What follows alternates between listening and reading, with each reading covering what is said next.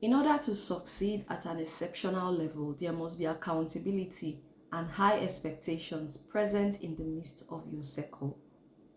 A quote by John G. Miller says, "I'll do it later thinking can be costly. Let's take care of the little things while they sit little." My name is Nkonyo Dozie, and I want to use this opportunity to share insights on why having an accountability partner is an advantage for that woman who is committed to growth spiritually, professionally, and in every other area of her life.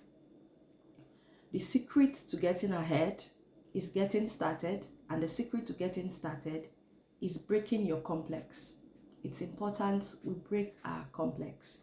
When we find ourselves in a circle where we have connections,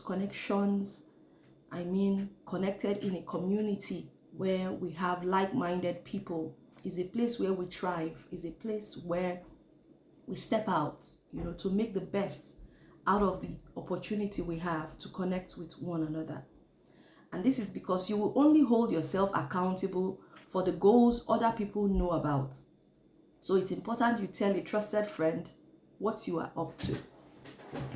An accountability partner can be a powerful tool for achieving your personal and professional goals. That's because it helps make a difference in areas of your life where you have struggled in the past.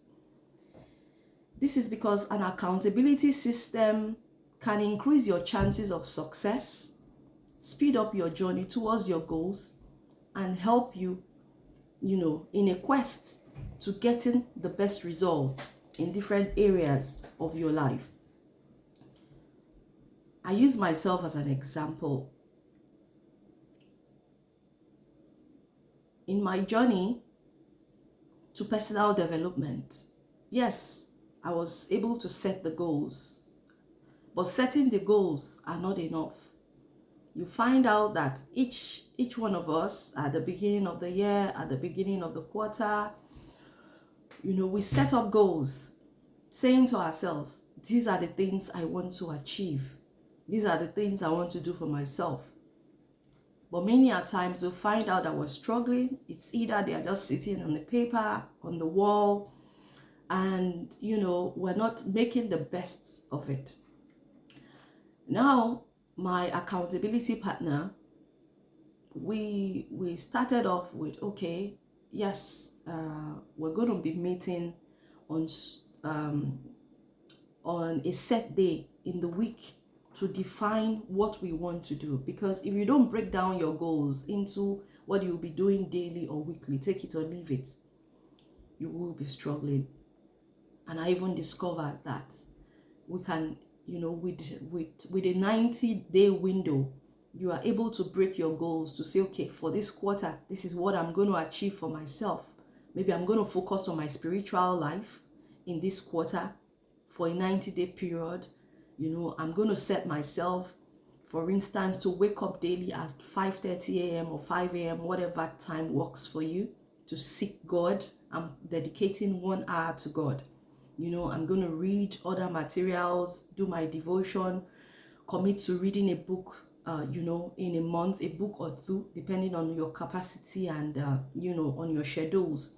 You have a book you read, you set up that window to achieve that. And when that is up and running, depending on your capacity, you can say, okay, that 90-day period, you are covering like 3 different goals. Maybe your spiritual life, which you want to see,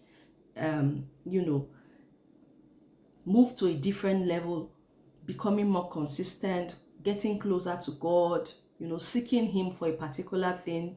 Alongside that, you set up some smaller goals, that can help your spiritual growth. Maybe meeting with your prayer partner, maybe once a week, your family devotion, and all that. This is because when you have an accountability system, there's an opportunity for mutual growth. So let's take, for instance, my accountability partner and I, we meet twice weekly, and maybe for that week, I said, okay, for this week, I'm looking at consistently reading maybe the book Spiritual Intelligence. I want to read 3 chapters of that book. Maybe if that was on a Thursday. So by Sunday, I'm giving an updated report that, okay, I was able to read like 2 chapters. And notes are taken, not lengthy, okay, Spiritual Intelligence, 2 or 3 chapters, waking up daily, just to track your progress, 3 chapters of the Bible daily and all that. So it means the next meeting, I'm giving a report that, okay, I said I was going to read 2 chapters or 3 chapters, but I read 2. For waking up in the morning at 5 a.m. or 5:30 a.m. For 3 days, I was able to wake up, but 2 days, I couldn't meet up because I went late to bed. So it becomes a discussion like, okay, I was able to sit and reflect on, what affected me on those days. This helps you to do better. This helps you to make better choices. It might not come as, something that you're able to carry out consistently, because some of us, we have this fear of, not just setting the goals, but even starting a thing, because even I've had the issue of, the fear of wanting to start a thing, because we start a thing and we're not committed to finishing. We're affected by, different things, responsibilities, our level of grit, the zeal, as well as, factors, anything that, will serve as a boost to encourage you to keep pushing hard to achieve that thing. Why am I saying this? When I started, the accountability thing with my partner, it wasn't working.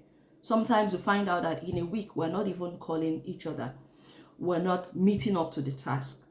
But we had to set up a system. It was a hard one. It was a hard decision.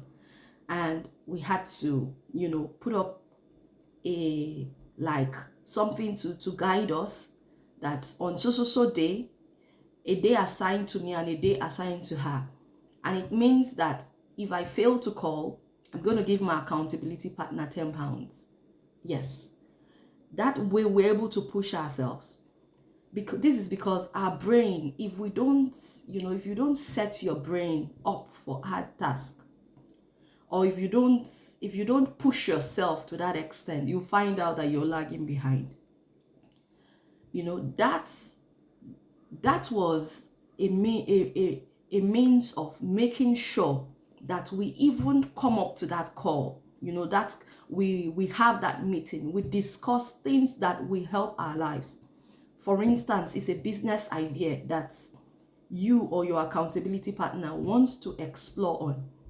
It could be that training, that certification that you need to move your life ahead to the next level, which will not come by just wishing.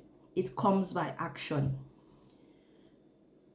It's an opportunity for you to commit to doing that thing, to taking the first step. Some of us, what holds us back is just taking the first step. And when you are able to take that first step, you see the drive, you see the excitement to continue. It's just like a person that is, committing to a weight loss journey. Sometimes that push to get out of your bed is not there. Even in seeking God, sometimes that drive to get out of bed is not there because you're tired. In my previous video where I talked about, dealing with exhaustion, I talked about the fact that exhaustion is keeping us back to sitting still with God, to seeking God the way we should. Not because we don't love God, but because many a times our priorities are misplaced. We're not making some choices, that will help us to be in a good condition, or we are not even pushing ourselves enough. Because take it or leave it, a man that is tired, a man that is dealing with exhaustion, many things in that person's life will suffer. So I'm using this opportunity to speak to us, about having an accountable system, an accountability partner to help with, focus, clarity, the drive. I remember during a call with my accountability partner, and I was beating myself up. When I say beating myself up, I was blaming myself that, I'm struggling with managing my time. She had to remind me. She said, the first step to making progress is self-awareness. Now you are aware that this particular thing, this particular area, maybe the time you're spending on social media, the time you spend, on other things that doesn't really add up to your growth system, being aware that you are not doing well in this area is a step already towards making progress. That you need to extend grace to yourself. That gave me the opportunities to say, okay, I need to be more disciplined in this area. And on my social media accounts, what did I do? My Facebook and Instagram, I set it up to have 15 minutes on each of them. 15 minutes on Facebook. And once it's 15 minutes, the app shuts down itself. Same thing for Instagram. And also defining the time that I attend to maybe checking my emails, responding to messages on WhatsApp, and things like that, so that it doesn't affect the important things in your life. We know that we are dealing with distraction in different forms. Our phones are beeping, notifications here and there, messages from loved ones, calls from loved ones, from family. But I once heard someone say that if you don't manage your time, you won't manage your life, because your time is your life. Your time, your energy should be channeled rightly so that you can get the best out of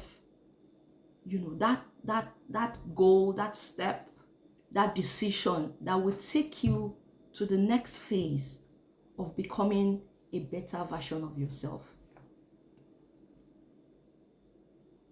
Our growth spiritually, for instance, sits on the time we commit to seeking God.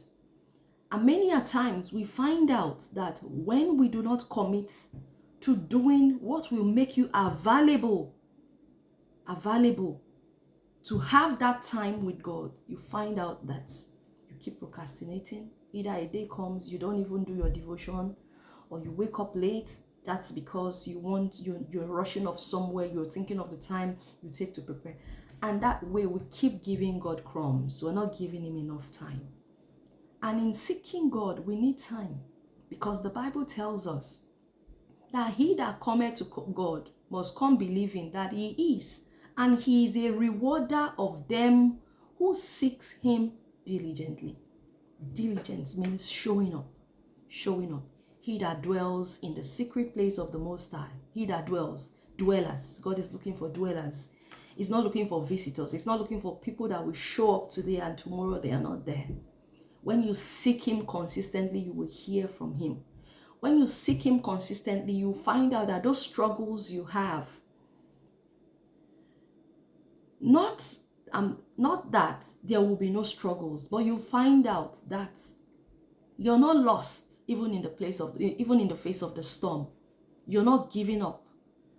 You're not feeling overwhelmed, but you're trusting in God. You trust in his timing. He helps you to see opportunities. He opens your eyes to the steps you should take. He helps you to know when to take a step and when not to take a step. Because you will hear a voice saying, this is the way, walk ye in it. How will you hear the voice when you do not sit still in his presence? Yes, we are talking about having an accountability partner. In having an accountability partner, the benefits cannot be overemphasized. It's just to encourage us. It has worked for me, and I believe it will work for you. Thank you so much for your time. Please like, share, and subscribe. God bless you.